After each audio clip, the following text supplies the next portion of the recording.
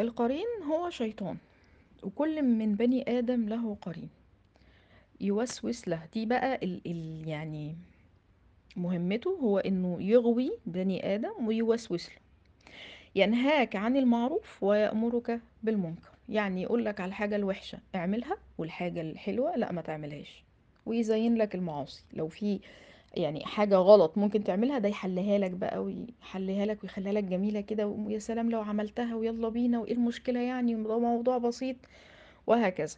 يعني مثلا واحد شغال في شغلانه وتحت ايده فلوس، يقول له ما فيهاش حاجه لما تاخد، ما انت محتاج، اختلس شويه، ما فيهاش حاجه، انت كده يعني مش هيحسوا بيك، ما تقلقش.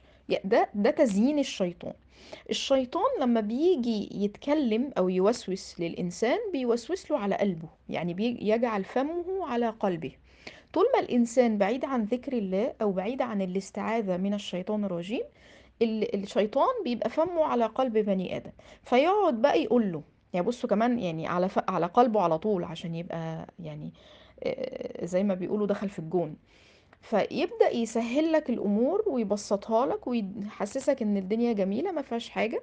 لو في منظر وحش في التلفزيون أو شخص عاري أو منظر مثلا إباحي أو منظر خارج، يقول لك ما فيهاش حاجة، أنت هتبص لقطة بس كده، إيه المشكلة يعني، موضوع بسيط، وبعدين أنت يعني مش هتقعد كتير، وبعدين محدش شايفك، ده أنت لوحدك. شايفين الطريقة دي كده؟ وسوسة الشيطان عشان في الآخر أنت ترتكب المعصية أو الذنب اللي هتعمله. الشيطان يوم القيامة هيجي يقول يا رب انا ماليش دعوة، يعني انا ما جيتش جنبه، ده هو اصلا اللي كان بيعمل وهو اللي عايز يعمل الغلط وكده. عندنا الآية بتقول قال قرينه ربنا ما أطغيته ولكن كان في ضلال بعيد.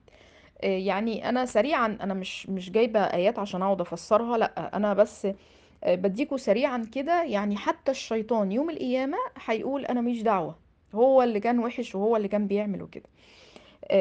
فالشيطان لكل منا زي ما قلنا له شيطان.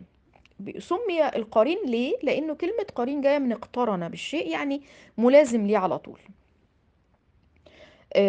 الحديث عن الرسول صلى الله عليه وسلم ما منكم من أحد إلا وقد وكل به قرينه من الجن.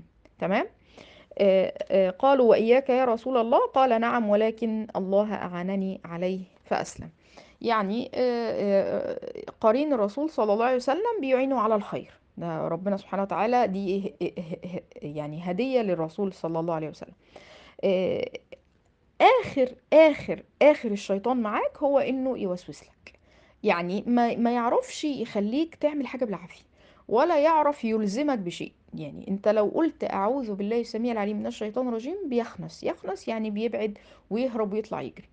لكن طول ما هو مقرب منك او جنبك او معاك او بيشاركك الحاجة بيغويك فيها. لكن اول ما انت بتستعيذ بالله، عشان كده بنقول يا جماعة الاستعاذة مهمة جدا جدا، وقولها بقلبك قبل لسانك، قولها كده بقوة. اعوذ بالله السميع العليم من الشيطان الرجيم، قولها مرة واتنين وتلاتة، الشيطان بيطلع يجري على طول، ما بيقدرش يفضل جنبك طول ما انت بتستعيذ بالله منه.